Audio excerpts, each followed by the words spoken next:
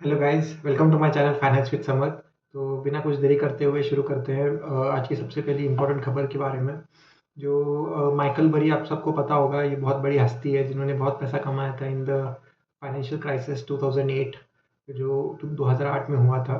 तो इन्होंने बोलते हैं अराउंड $100 मिलियन इन्होंने कमाए थे। और ये एक्चुअली शॉर्ट थे मार्केट में। सो बाय इन द ईयर 2006 ही ये शॉर्ट हो गए थे और 2 साल इनको रुकना पड़ा। और 2008 में जाके इनको प्रॉफिट हो गया है। जब ये शॉर्ट में थे तो बहुत सारे इनके जो फंड में जो मतलब इनके इन्वेस्टर्स थे, ये बहुत परेशान हो गए थे, क्योंकि जब आप शॉर्ट करते हो तो आपको इंस्टेंट मूवमेंट चाहिए। और इंस्टेंट मूवमेंट चाहिए, नहीं तो जो ऑप्शंस इन्होंने खरीदे थे पुट के ऑप्शंस, तो वो एक्सपायर होते हैं तो वैल्यू उनकी डिक्रीज होती है। तो उसकी इसकी वजह से इनको मोमेंटम मतलब बहुत जल्दी चाहिए होगा। और इन्होंने पूरा, इनका कन्विक्शन पूरा 100% था, मोर देन 100% था। बट इनको रुकना बहुत टाइम पड़ा। 2006 में इन्होंने शॉर्ट किया था और 2008 में जाके इन्होंने 100 मिलियन कमाए थे। तो फिर से इनकी बात मैं क्यों कर रहा हूँ, क्योंकि फिर से अभी न्यूज़ में आए हैं और इन्होंने बोला है कि जो एआई कंपनीज है, तो ये जो अपना फाइनेंशियल मतलब प्रॉफिट्स और ये सब दिखा है इन्होंने, तो ये मतलब इसमें बहुत फॉल्ट्स हैं, ऐसे उन्होंने कहा है। उन्होंने स्पेसिफिकली ये बोला है कि जो डेप्रिसिएशन है जो इन लोगों ने दिखाया हुआ है, इन कंपनियों से दिखाया हुआ है, तो ये डेप्रिसिएशन एक्चुअल डेप्रिसिएशन नहीं है। क्योंकि ये जो चिप्स और ये यूज़ करते हैं अपने डेवलपमेंट में, एआई के डेवलपमेंट में, वो चिप्स जो है वो 2 3 4 साल में ही ऑब्सोलीट हो जाते हैं। और बट इन्होंने जो कैलकुलेशन किया है फाइनेंशियल्स में, तो इन्होंने डेप्रिसिएशन 6 7 साल का लिया है। उस हिसाब से इन्होंने कैलकुलेट किया है। तो अगर आप देखोगे कि डेप्रिसिएशन इन्होंने अगर 6 7 साल किया है, एग्जांपल लेते हैं। चलो मेरे जलेबी की दुकान है सपोज़, और जलेबी की मशीन है मेरे पास। तो जो जो मेरी समझ है उसके हिसाब से मैंने डेप्रिसिएशन, जो मशीन की लाइफ है वो मैंने 10 साल समझी। और जो मशीन है 1 लाख की है सपोज, तो हर साल मेरे को 10 10 हज़ार का जो मतलब डिक्रीज करना पड़ेगा, डिप्रिसिएशन लेना पड़ेगा मेरे बैलेंस शीट में। लेकिन एक्चुअल में जो मशीन है वो 5 साल ही चल गई और इसके बाद ख़राब हो गई और फिर मेरे को दूसरी मशीन लानी पड़ी।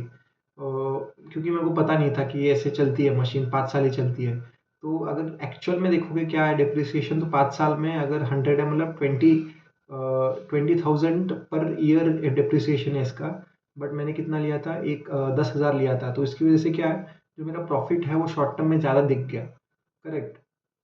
तो ये सेम चीज़ ये बड़े-बड़े एआई के जो कंपनीज़ हैं, जैसे ओरेकल हो, एनवीडिया हो, पैलेंटियर हो, या जो भी ओपन एआई है। ओपन एआई तो चलो लिस्टेड नहीं है अभी तक, बट जो मेटा है, अमेज़न है, इन्होंने क्या किया है, ये जो एआई की चिप्स जो ये यूज़ कर रहे हैं अपने डेवलपमेंट में, तो उन्होंने ये डिप्रिसिएशन 6 7 साल लिया है। बट एक्चुअल जो डिप्रिसिएशन है ये 3 4 साल होना चाहिए। इसकी वजह से इनके प्रॉफिट्स बहुत एलिवेटेड दिख रहे हैं। So that is the one of the important thing. And इसके बाद एक चीज़ और इन्होंने बोला कि इसके बाद जो डिप्रिसिएशन की बात, तो एक सबसे इम्पोर्टेंट चीज़ है जो मतलब बैलेंस शीट में करेक्ट होनी चाहिए। इसके बाद और इन्होंने बोला कि जो एनवीडिया और पैलेंटियर है, तो 1 मिनट, शायद मेरे बैकग्राउंड में नॉइज़ आ रही है इसलिए मतलब थोड़ा ये कर रहा हूँ मैं। ठीक है, अभी क्लियर है। Sorry, sorry for the disturbance, क्योंकि मैं एब्रप्टली बैठा हूँ कंपनी से, अभी अभी जस्ट आया हूँ और मैंने शूटिंग शुरू किया है। तो आजू बाजू तो नॉइज़ होती रहती है, क्योंकि हम तो यहाँ मतलब पूरा साउंड प्रूफ तो हमारा मतलब रूम नहीं है। तो प्लीज़ बेयर विद दैट। ठीक है। तो ये माइकल बरी ने क्या किया, उन्होंने पैलेंटीर और एनवीडिया जो है, जो बहुत रैली की है पिछले 5 साल में, अराउंड 20 30 टाइम्स ये स्टॉक्स बढ़े हैं, तो इन पे ये शॉर्ट गए हैं। तो इनका कहना है कि ये जो कंपनीज़ है, पैलेंटीर जो है वो मतलब अभी जितना भी चल रहा है, 180 $190 के आसपास चल रहा है। तो वहाँ से इनका कहना है कि ये $50 पे आ जाएगा। और एनवीडिया भी मतलब करंट लेवल से अराउंड 50% के नीचे आ सकता है, ऐसा इनका मानना है। तो इन्होंने शॉर्ट किया है। बट एक बात याद रखिए, किसी को भी पता नहीं कि मार्केट कब क्रैश होगा और कब गिरेगा।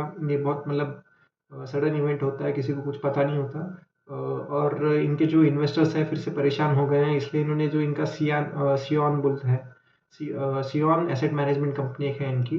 अब सियान हो जैसे आपको प्रोनाउंस करना हो कीजिए। तो ये इन्होंने बंद कर दिया एसेट मैनेजमेंट कंपनी, क्योंकि इनके जो इन्वेस्टर्स से बहुत क्वेश्चन पूछने लगे और बहुत परेशान हो गए थे ये। तो यही एक रीज़न हुआ कि इन्होंने ये फिर जो इनका एसेट मैनेजमेंट कंपनी है, तो ये बंद कर दिया। तो ये एक पॉइंट था।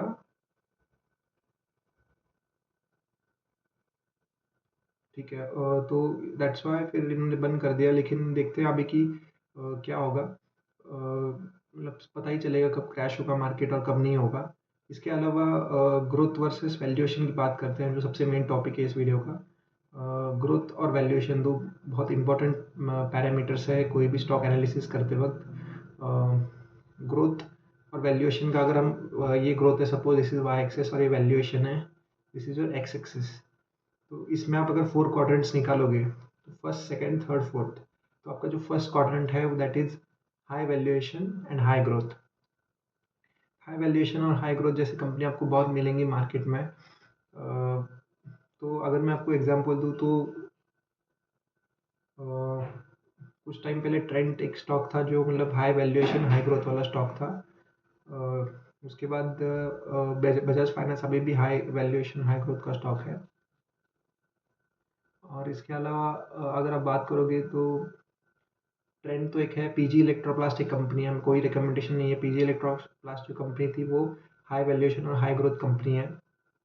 अभी तो चलो 50% डाउन है from all time high, so that is. But ये अगर आप देखोगे ये सारे जो स्टॉक्स है ये लो वैल्यूएशन और हाई ग्रोथ से ट्रांसफर हुए हैं टुवर्ड्स, मतलब सेकंड क्वाड्रेंट से फर्स्ट क्वाड्रेंट आए हैं।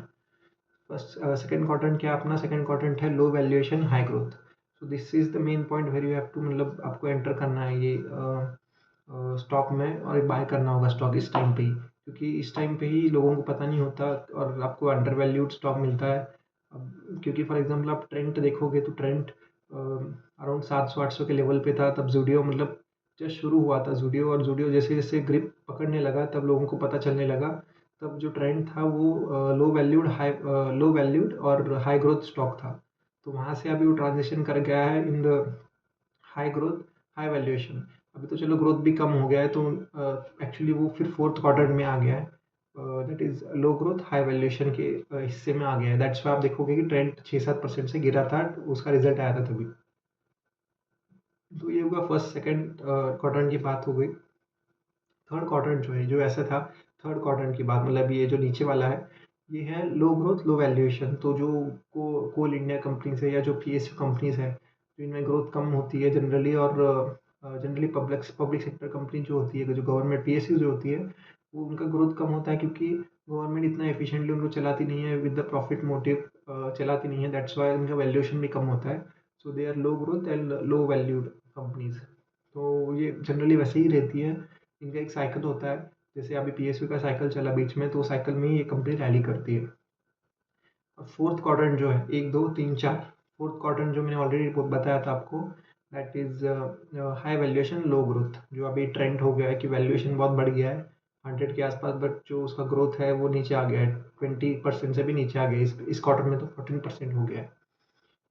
So this was about it. Growth versus valuation का एक मैट्रिक्स मेरे को आपको बताना था, और ये मैंने क्यों बताया, क्योंकि कोई भी स्टॉक्स डिसाइड करने से, बाय करने से पहले ना आप एक मैट्रिक्स बनाइए और इसमें आप योरसेल्फ डिसाइड किए मैट्रिक्स में कहाँ जाने वाला है स्टॉक।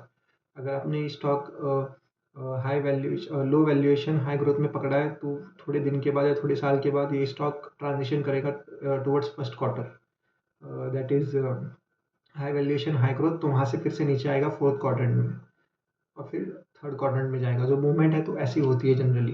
तो यहाँ से तो चलो इमेजिन कर सकते हो आप जो मैंने बताया। अगर नहीं बताया, अगर नहीं समझा तो फिर से एक बार आप वीडियो देखिए कि आपको समझ आएगा। एंड एक बार कमेंट कीजिए फिर से, तो मैं फिर से आपको एक्सप्लेन करूँगा ये सब चीज़ें। तो this was about the growth versus valuation, और ये मैट्रिक्स बहुत इंपॉर्टेंट है। बहुत सारे लोग अभी ट्रेंड की एग्जांपल लेते हैं कि अभी बहुत सारे लोग फंसे हैं ट्रेंड में। उनको लगा कि यार ये सेम ग्रोथ मेंटेन होगा, लेकिन जो कंजम्पशन की स्टोरी है इंडिया की वो अभी थोड़ी फीकी चल रही है। ज़्यादा कंजम्पशन का इशू चल रहा है कंट्री में। इन्फ्लेशन से भी आप देख सकते हो कि मैं ऐसे क्यों बोल रहा हूँ। जो इन्फ्लेशन आया था होलसेल इन्फ्लेशन डेटा, तो वो -1.2% आया था। मतलब चीज़ों के दाम जो हैं वो घट रहे हैं। तो दैट इज़ नॉट गुड। -1.2% मतलब नेगेटिव चल रहा है ये तो। डिफ्लेशनरी हो रहा है एनवायरनमेंट। तो और शायद आरबीआई आके रेट कट भी कर दे, but this is not good. और इसकी वजह से इसका मतलब क्या है, जो डिमांड है मार्केट में वो इतना ज़्यादा नहीं है, और डिमांड नहीं है तो सप्लाई कम है। सप्लाई तो ऑलरेडी उतना ही है, बट डिमांड नहीं है तो प्राइसेस जो है कम हो रही है, और प्राइसेस कम हो रही है इसलिए इन्फ्लेशन जो है कम हो रहा है, और इसलिए इसका शायद इफेक्ट आगे जीडीपी में दिखेगा। बट हमारे यहाँ तो जीडीपी 7% प्लस आ रहा है। अभी भी बात करते हैं कि 7% जीडीपी आ रहा है, और जीडीपी का फ़ायदा किसको हो रहा है, ये ना मुझे पता है ना आपको पता है, बट ठीक है। जो निफ्टी फिफ्टी की कंपनीज है वो भी मुश्किल से 7-8% बढ़ी है। जो उनका रिजल्ट आया इस क्वार्टर में 7-8% ही बढ़ा है ये। तो दैट इज़ ऑल्सो चेक करना पड़ेगा कि ये जो बेनिफिट है जीडीपी का 7% का किसको मिल रहा है। एंड नॉमिनल जीडीपी तो पूरा फंसा हुआ है, वो भी 8-9%। अभी तो माइनस इन्फ्लेशन जो है वो तो 1%, मतलब जो सीपीआई इन्फ्लेशन है 1% के आसपास आएगा। तो वो तो फिर मतलब 7-8% ही नॉमिनल जीडीपी लग रही है मेरे को, which is not a good situation. अभी जीएसटी का भी नंबर आ जाएगा, तो लेट्स सी कि जीएसटी कलेक्शन कितना हुआ है और कितना ग्रोथ है उसमें, क्योंकि वो नंबर मैनिपुलेट ज़्यादा हो नहीं सकता, क्योंकि जो एक्चुअल आ गया पैसा वो तो उनको दिखाना ही पड़ेगा। और जीडीपी जीडीपी में अगर ग्रोथ अच्छा है तो हम बोल सकते हैं कि चलो जीडीपी, सॉरी, जो जीएसटी है, जीएसटी कलेक्शन का नंबर अगर अच्छा है तो बोल सकते हैं कि जीडीपी जो है वो कंट्री की अच्छी कर रही है, और जो एक्चुअल नंबर है। So this was about it. हमने सबसे इम्पोर्टेंट बात की थी माइकल बरी के बारे में, जो अभी शॉर्ट पोजीशन रखे हैं और जो सोचते हैं कि मार्केट क्रैश होगा, और हो भी सकता है, पता नहीं, बट किस कब होगा क्या होगा। सेकंड था, हमने ग्रोथ वर्सेस वैल्यूएशन की एक मैट्रिक स्टडी की थी। होप आपको वो अंडरस्टैंड हो गई है। और आप अगर चाहते हो कि मैं ऐसे ही कोई मैट्रिक्स आपको समझाऊँ या कंपनीज कुछ आपको एनालिसिस करके दूँ, तो प्लीज़ कमेंट। एंड चलो तब तक बाय बाय, टेक केयर।